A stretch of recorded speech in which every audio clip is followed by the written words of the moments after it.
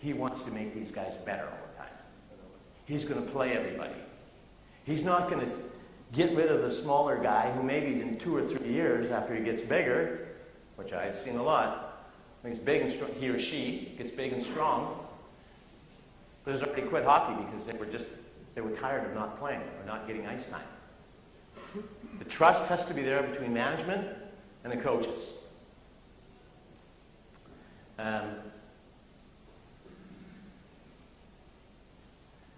There's a few things that you can do as well. I mean, the club, you have to be proactive. You have to shoot the head buffalo. That's Canadian Indians in the old days.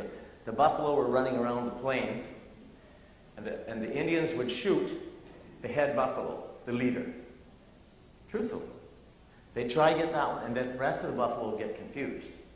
So if I see that this young woman here is maybe going to be a problem, you're a mother at this point, and I can see that she's not very happy with things. I gotta get proactive with her right away and say, look, this is the way we're going to run the team. This is what we decided. Yeah, we're not winning all the games, I know, but your son's getting better. Really good. I like his attitude. Should be fine. But if parents, you all deal with parents. Lots of you are parents. When they get that coffee and white wine going and red wine, watching the games, they can get a little bit nasty sometimes if they're not on the same page as you. And I'm pretty sure that as a Canadian, I can say we got some of the worst. The expectations that every player is going to be in the National Hockey League. That's not our plan. Our plan on our teams is the kids are going to learn and have fun and be creative and build them up. And my example there is a guy named Ed Belfour. Have you heard of Ed Belfour, a goalie? Yeah? Well, I'd like to say I was his coach, and I'm the reason that he went to the NHL and set all those records and got to the Hall of Fame. But that's not true. But when he was in high school, I was a high school coach at the time, Ed used to get into a lot of trouble. He was really hard to handle. He was a tough kid, really. And I coached him for 1 year, so obviously I didn't put him in the NHL. It had nothing to do with putting him in the NHL. But what I hope I had an opportunity to do, he had a really good coach in high school, another one, and he had a woman who coached the basketball team. He also played basketball. And they helped to settle him down and get rid of his anger a little bit and take care of him. And at that time, I was a counselor, a high school counselor, which means I worked with kids who had some problems with attitudes. And he just started to grow up.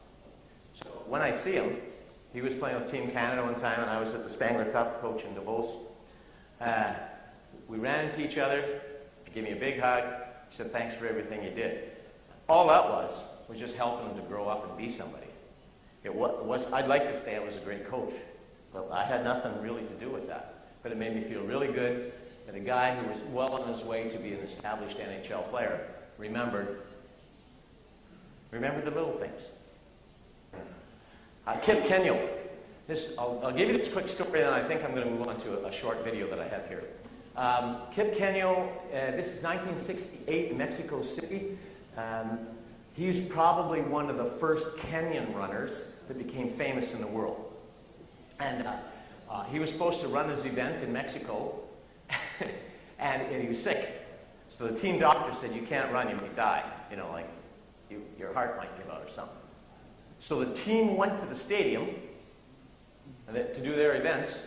He got up, got on like a public bus in the city, started going on a guy from Kenya in Mexico City, 13 million people or whatever, got on the bus, was going to the stadium, and got in a traffic jam. So the bus came stop. So he got out of the bus, ran to the stadium, probably about 2 kilometers, I think. He ran to the stadium, got there in time for his event, ran the event, I think he was 1,500 meter, and won a gold. I think the guy was self-motivated.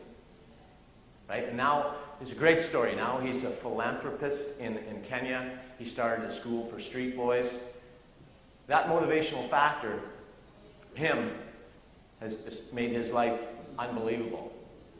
I want to show you a short video here because I've digressed a little bit from planning, but it's all about planning. It's everything you do in planning. It's how you run your team. It'll just take me a sec to play this, I hope.